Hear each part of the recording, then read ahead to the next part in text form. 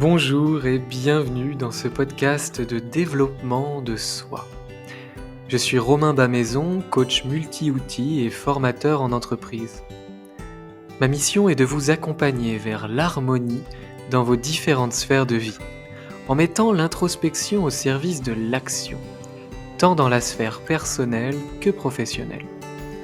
Avec ces épisodes de podcast et méditation guidée, je vous invite à partir en voyage à l'intérieur de vous, à vous offrir un instant de douceur, de contemplation, de réflexion pour soi, pour explorer vos phénomènes, aller au-delà de vos barrières et révéler vos ressources cachées, oubliées ou sous-estimées. Vous pouvez retrouver mes accompagnements en développement personnel et professionnel sur mon site. Je vous souhaite une très bonne écoute. Bonjour à tous et bienvenue dans ce nouvel épisode du podcast Dev de soi. Aujourd'hui, on va parler de ce lien qui se crée parfois en nous entre l'hypervigilance et l'excellence, comme si pour atteindre l'excellence, pour performer, pour faire les choses bien, il fallait absolument être constamment dans un état d'hypervigilance. Alors j'enregistre cet épisode dehors, assis dans l'herbe, donc il est possible que vous entendiez des oiseaux, du vent, les feuilles des arbres, bref, voilà. J'espère que ça perturbera pas trop l'écoute et qu'au contraire, ça y ajoutera un petit côté un peu exotique. Déjà, avant d'aller plus loin, c'est quoi l'hypervigilance? J'aime bien commencer par une petite définition. L'hypervigilance, c'est un état de sensibilité avancée, un état de sensibilité extrême, supérieur à la moyenne, qui déclenche des comportements exagérés, parfois inadaptés au niveau de danger et à l'enjeu actuel. Cette hypervigilance, elle a pour but, avec ces comportements exagérés, cette sensibilité avancée, de détecter les menaces, de nous maintenir dans un état de performance optimal à la base pour notre survie. Donc c'est un fonctionnement complètement naturel qui va enclencher une hausse du cortisol dans notre corps. Le cortisol, ça peut même devenir une sorte de drogue pour notre corps où on va aller chercher des situations plus ou moins stressantes, des activités successives pour nous permettre de maintenir cet état de vigilance constant. Et c'est paradoxal parce que cette hausse du cortisol, cet état de vigilance, c'est extrêmement épuisant pour le corps. Mais en même temps, comme l'indication c'est sois prêt pour d'éventuelles menaces, et bien du coup, ça nous empêche de nous reposer en même temps que ça nous épuise. Maintenant, l'excellence, si on la définit, eh bien c'est un degré imminent de qualité, de valeur de quelque chose ou de quelqu'un dans son genre, dans son domaine. Donc l'excellence, c'est vraiment effectivement ce côté qualité, délivrer, faire, être, avoir quelque chose qui est de l'ordre de l'excellent, en tout cas par rapport à un certain référentiel, le référentiel de la société, le référentiel de l'autre et le référentiel de nos propres croyances, de nos propres systèmes de valeurs, de nos propres attentes. L'hypervigilance, c'est pas un problème puisque on en a besoin et ça nous permet de nous sortir de bien des situations qui pourraient être dangereuses pour nous ou qui ne sont pas alignées. Donc ça nous permet aussi de pouvoir fuir une situation dans laquelle notre vie physique ou psychique est mise à mal. Et l'excellence, c'est pas mal non plus puisque effectivement, c'est un certain standard que l'on a envie d'atteindre. Le problème, ou en tout cas l'inconfort, peut survenir et l'épuisement peut survenir quand notre cerveau a fait le lien entre atteindre l'excellence et mettre en place l'hypervigilance. On l'a dit, l'hypervigilance, elle est utile pour notre sécurité. Sauf que dans notre société moderne, dans nos activités professionnelles, personnelles, artistiques, sportives, on est beaucoup à vouloir attendre et atteindre, donc là j'ai fait un beau lapsus, on est beaucoup à vouloir atteindre par rapport à nos attentes et aux attentes des autres, l'excellence. Pas de problème, pourquoi pas, c'est même stimulant. Le problème, c'est que quand on commence à croire que nos activités plus ou moins mondaines, plus ou moins superficielles, plus ou moins essentielles, sont à atteindre avec l'hypervigilance, avec un état d'hypervigilance constant, en étant toujours sur le qui-vive, en étant toujours stressé, en se mettant dans l'inconfort pour pouvoir atteindre ce confort de l'excellence, il y a un problème. Parce qu'à force, eh bien, on va pouvoir s'épuiser, on va pouvoir se rendre malheureux, et c'est paradoxal parce que cette hypervigilance, elle va prendre de l'énergie, et cette énergie, on aurait pu la mettre au moment donné, au moment opportun, dans notre atteinte de l'excellence pour une tâche particulière qui va souvent arriver dans le futur ou qui est arrivée dans le passé par rapport à l'hypervigilance qu'on vit dans le présent. C'est-à-dire que souvent on va anticiper, on va être en hypervigilance pendant des heures ou des jours avant le moment où on doit être à ce moment-là en hypervigilance pour produire l'excellence. Du coup on s'épuise avant. Ou alors, on n'arrive pas à redescendre, le corps reste vraiment branché à ce moment d'intensité qu'on a voulu donner, et du coup, encore après, on est dans l'hypervigilance. Ça peut notamment altérer notre sommeil avant ou après. Donc, on a tout intérêt à pouvoir débrancher, en fait. Et on va voir que pour ça, on a plusieurs outils à notre disposition, des outils qui vont passer par le corps, mais aussi des outils qui vont passer par le mental pour aider à rationaliser, à rassurer et aussi à autoriser le repos, le lâcher-prise, le laisser-faire. Avant d'aller sur ces petites techniques que je vais vous livrer juste après, j'ai envie de vous parler des sources de ce lien hypervigilance-excellence. Ces sources, elles sont évidemment, comme on l'a vu, liées à notre évolution, à notre corps, à notre cognition. Ça, on en a parlé. Ces sources, elles sont aussi sociétales, culturelles, familiales, éducationnelles, liées à nos expériences de vie qui vont développer des croyances. Depuis des millénaires, on est connecté à cette croyance selon laquelle on doit mettre en place des stratégies pour maintenir l'intégrité de notre vie, de notre royaume, de notre peuple, de notre territoire. Et ça vient de très très loin. Donc, jusque, je pense vraiment à la préhistoire. Voilà. À la base, c'était lié pour notre survie. Avec le développement de notre cortex préfrontal, ces stratégies et cette apparition de l'ego et de la réflexion mentale sont arrivées du coup des stratégies qui sont un peu plus de l'ordre du soi pour préserver l'identité d'un soi. Et l'excellence est souvent au service de cette part égotique, où on cherche à exister à travers ce que l'on fait, ce que l'on réussit. Il n'y a pas de problème avec ça, mais si ça rend malheureux les autres ou si ça nous rend malheureux nous-mêmes, peut-être qu'on gagnera à ramener un peu de confort, de rationalisation, de remettre un peu de question d'échelle là-dedans, de se rappeler à quel point on est petit et ce que l'on fait, c'est pas si important que ça, pour apaiser le mental, apaiser le système nerveux et retrouver du plaisir dans cette quête de notre excellence. Parce que l'excellence, c'est plutôt notre excellence. Tout ça, c'est relatif. Et ce qui est important pour nous n'est pas forcément important pour les autres et encore moins important pour le fonctionnement du monde. Du coup, on va avoir des besoins aussi psychologiques qui vont se cacher derrière ce lien qui s'est tissé entre hypervigilance et excellence. Des besoins de reconnaissance, d'appartenir à une tribu, d'être reconnu. Et c'est encore en sous-jacent un besoin très lié à la sécurité, c'est-à-dire que quand on est ensemble, quand on est plusieurs, on est là pour veiller les uns sur les autres, pour bien veiller, bienveillance, et du coup, être reconnu à la base, c'est un problème, c'est un besoin hyper primaire, tout simplement d'être maintenu en sécurité par la vie en communauté, pendant que les uns dorment, les autres veillent, et etc.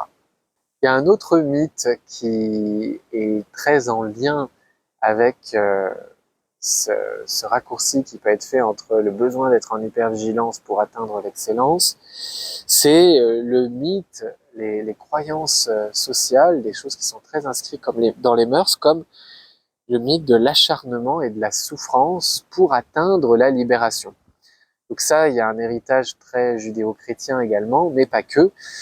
Un héritage aussi de notre histoire culturelle de nos civilisations où on a cru qu'il fallait absolument être dans la guerre, faire face à l'adversité, et parfois ça a été vrai, pour maintenir l'intégrité, pour avoir la libération, la souveraineté de notre peuple, de nos vies.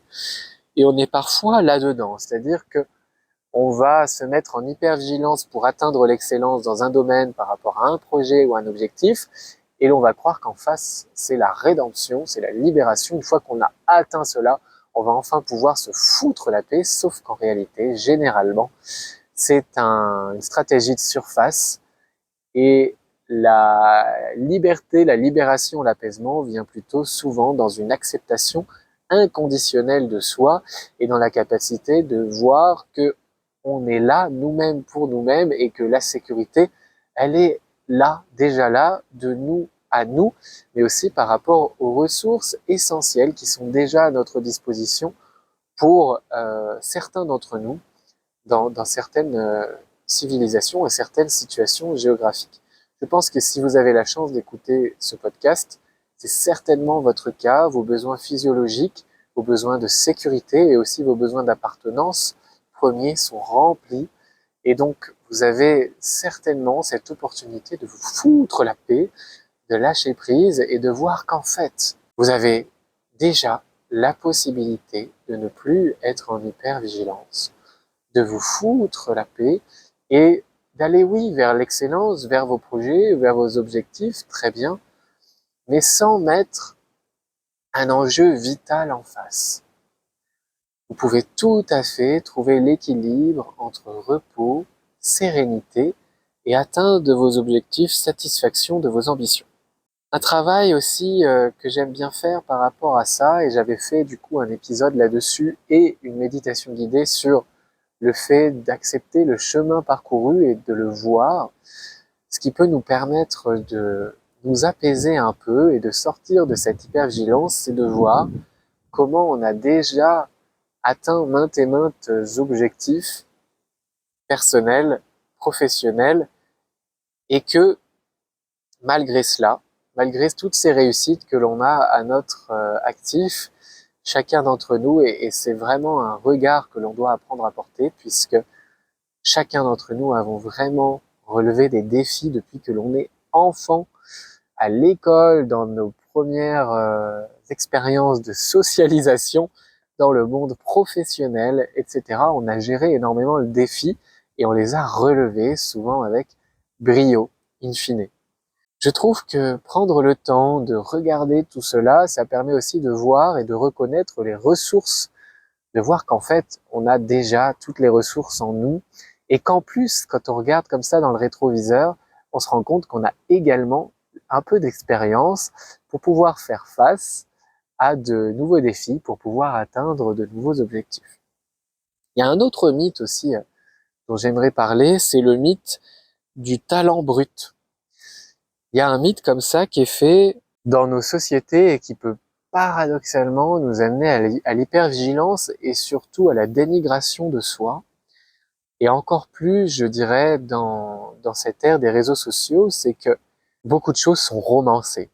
Des histoires d'acteurs, de chanteurs, d'artistes et autres sportifs sont romancées puisqu'on va nous les montrer, l'information va venir à nous au moment de leurs exploits, au moment de leur reconnaissance, au moment de leur plus grand tube, par exemple, etc.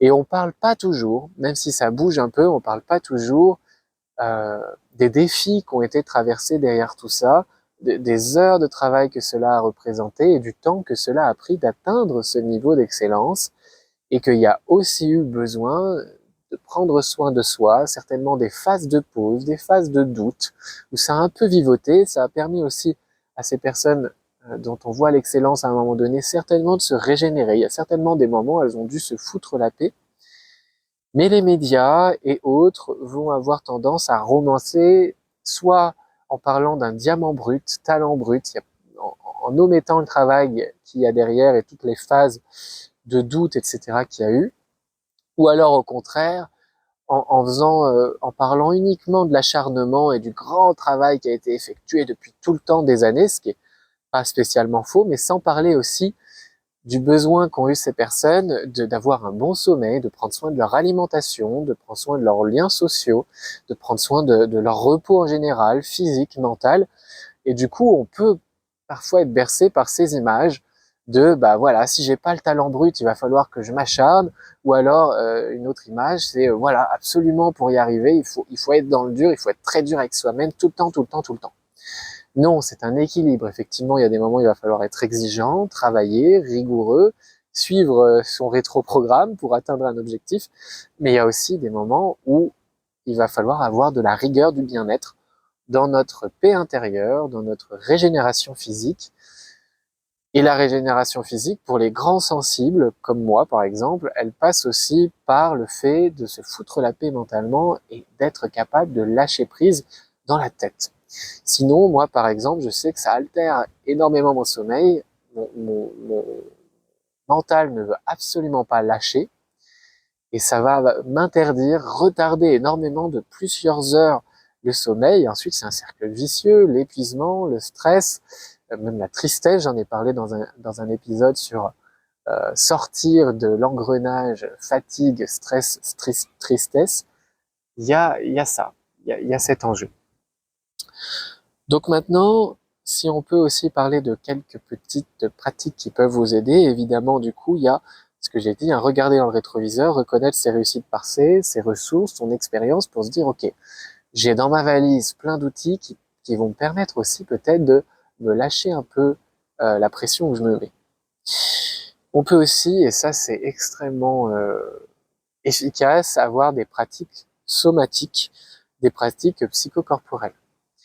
La méditation, le yoga, des pratiques douces somatiques de toucher, le fait par exemple de se prendre soi-même dans ses bras, le fait de soutenir son cou, le fait de s'automasser, utiliser les sons du vol tibétain, moi ça me fait énormément de bien au niveau des 7 chakras principaux. La sophrologie, qui allie des mouvements à la respiration, à une intention qu'on met sur les mouvements et sur la respiration, qui permet d'évacuer les tensions physiques et mentales, qui permet d'installer, de se remplir en soi de ce qui est bon pour nous, grâce justement aux intentions qu'on met sur les mouvements et la respiration, et plein d'autres choses qui vont vraiment permettre d'abaisser le niveau d'hypervigilance, d'apaiser le système nerveux, donc activer le système nerveux parasympathique, et donc finalement émettre le signal au corps que tout va bien.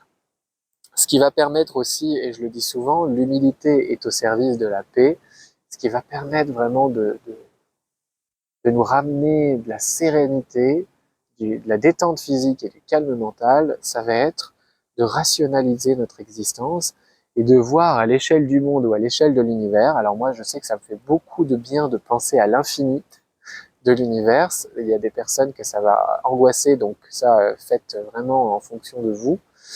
Mais cette question d'échelle et de relativité, ça peut aussi permettre de remettre notre vie à une place où on se rend compte qu'en fait le monde tourne, a tourné et tournera sans nous, et que du coup, oui, on peut apporter notre pierre à l'édifice, mais on peut aussi lâcher prise parce que de toute façon, c'est en marche sans nous, et on ne change pas le monde, la vie des autres ne dépend pas de nous, ou pas tout le temps, donc on peut lâcher prise. Et d'ailleurs, même si la vie de certaines personnes, à certains moments, je pense notamment à certains travail qui évidemment prenne soin de la vie des autres, et ben on a tout intérêt à se régénérer pour avoir l'énergie et la place en nous pour apporter contribution à. Ce qui peut aussi permettre, et là ça va être beaucoup plus stratégique et encore plus factuel, d'aller vers de la sérénité, c'est la gestion du temps. D'avoir une préparation suffisante et suffisamment planifiée en amont d'un objectif ou d'un événement pour se rassurer soi. Je sais que moi, le fait d'avoir un rétro-planning précis, je pense que tous les mois, notamment à la nouvelle lune, je mets en place un rétro-planning dans le mois à venir ou même pour l'année en fait. À chaque fois, je fais le point une fois par mois où j'en suis dans mes différents projets de l'année. Parfois, j'en décale certains plus loin ou j'en avance d'autres. Et de savoir dans les prochains mois que tout ce que j'ai dans la tête est organisé, planifié, échelonné, ça m'apaise. Je me dis que ça fera son chemin, ça sera fait en temps et en heure. Ce qui me permet aussi, notamment là par rapport au sommeil, d'amener un peu de sérénité. C'est récemment, j'ai découvert cette technique tout seul. J'ai compté le nombre de nuits que j'avais eu dans ma vie, et donc le nombre de nuits où j'avais dormi. Et je crois que j'en suis à 13 000 du coup. Et tout simplement, le soir quand je me couche et que je sens que je pourrais avoir du mal à dormir, je me dis, pendant 13 000 nuits, j'ai dormi. Donc je suis hyper expérimenté. Je sais dormir, c'est facile pour moi, c'est naturel.